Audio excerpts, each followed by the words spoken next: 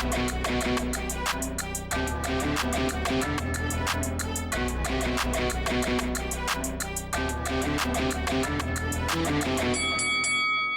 guys, welcome to Boxing Squared for boxing news and views from around the internet. Well, Martin Bakole has in fact been added to the May 3rd Canelo undercard. He will be facing EFE AJAGBA as was forecast. So AJAGBA and Bakole, interesting fight, and for many more reasons now that we've just seen Martin Bakole stopped in recent weeks by Joseph Parker, because I've got a few questions. I mean, I have no doubt Martin Bakole is talented, heavy hands, long punches, but you get stopped a couple of months out from what will be a very tough fight, one of the toughest fights of your career. And yeah, sure, he didn't have a camp, and we know that. But there's a couple of things associated with that where you go, it's still a red flag. Remembering, he was over 310 pounds for that fight with Parker. May 3rd, not so far away. Let's face it, is this going to be effectively, or part of the training camp, a fat camp? I remember Joseph Parker's trainer, Kevin Barry, after 3 or 4 years of Parker's career, was exasperated because Parker would blow up 30, 40 pounds between fights and then have to get down back from 270 to 235, 240 pounds. And obviously, we know Martin Bakole has not stayed disciplined. He did blow up, and he came in at 310 plus pounds for Parker. Didn't help his cause. So you have that element where he is going to have to lose some weight. And Bakole, actually, he has been training, and he does look like he's dropped a little bit of weight. But still, the first part of camp, you don't want that necessarily to be just, trying to lose weight. But I guess maybe on the plus side, maybe they've had to rejig things because Bakole himself, obviously after getting stopped by Parker, maybe he can't spar immediately. And this is another thing that I think people have maybe not considered with this whole fight with the AJAGBA. Parker getting one of those equilibrium shots, and clearly he was rocked in the brain to some extent, and ultimately the fight was ended. What impact does that have on the training camp? Normally they would just train accordingly and do what they need to do. Is that the case here? Maybe not. Maybe they're going to have to cut down the amount of sparring, start it later.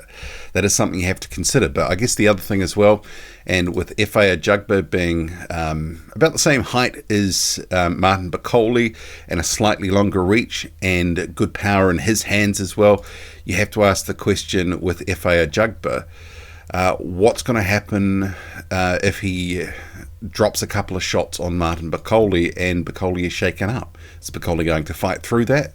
But what demons will Martin Bakole have after getting stopped by Joseph Parker? Maybe none. We don't know. I mean, Billy Nelson and Martin Bakole have been saying they'll be back to being the boogeyman on May 3rd against the AJAGBA. But I think the toothpaste is out of the tube now, and probably someone like EFE AJAGBA is not going to, his perspective on Bakole might be a little bit different now.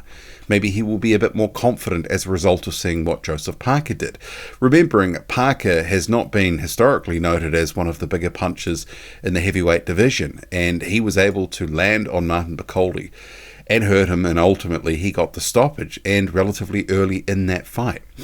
With the loss to Michael Hunter back in the end of 2018, there were different circumstances. It was the end of a longer fight.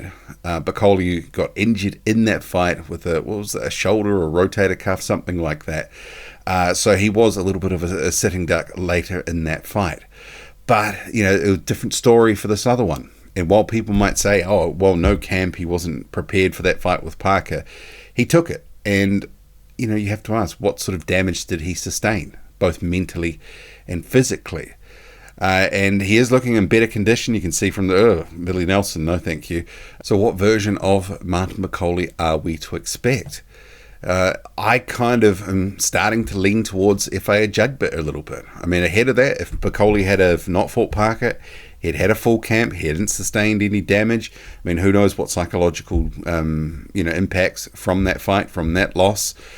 Who knows what sort of physical impacts he's carrying on. Is the sparring impacted? You have to ask these questions. But regardless, it's still a very good fight. and it's the fight that Ajagba has been needing.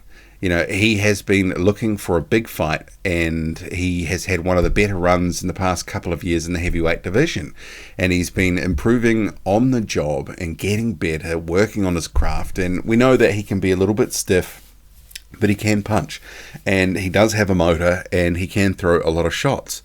So I think Bakole has to be cognizant of the fact that Ajagba's got a good engine, and if he's overweight and if Ajagba's taking the punches and it goes rounds, Ajagba could end up picking up a lot of these rounds if he is throwing a lot of punches.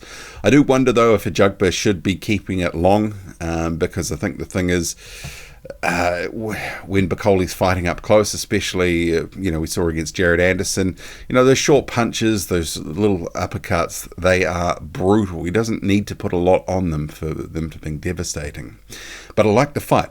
I wondered if they should push it back a few months because of the whole, Bakole getting his brain discombobulated in the Parker fight. Sure, people might say it got ended early and he didn't really sustain much damage, but he didn't sustain no damage. And I think we have to consider that. And is there a knock-on effect for this fight with Ajagba? I mean, EFE AJAGBA is probably fantastic. Parker's already taken a few lumps out of him, and who knows what he'll turn up on May 3rd. And also the other thing with Bakole, the yo-yoing thing, up and down in weight, at a certain point in some fighters' careers, that can backfire. And also because he's been stopped, is he going to be easier to stop this next time out? It's a question. What do you make of it all? Drop a comment, loud and often. Hit like, hit subscribe, follow me on Twitter, boxing_squared. I'm out.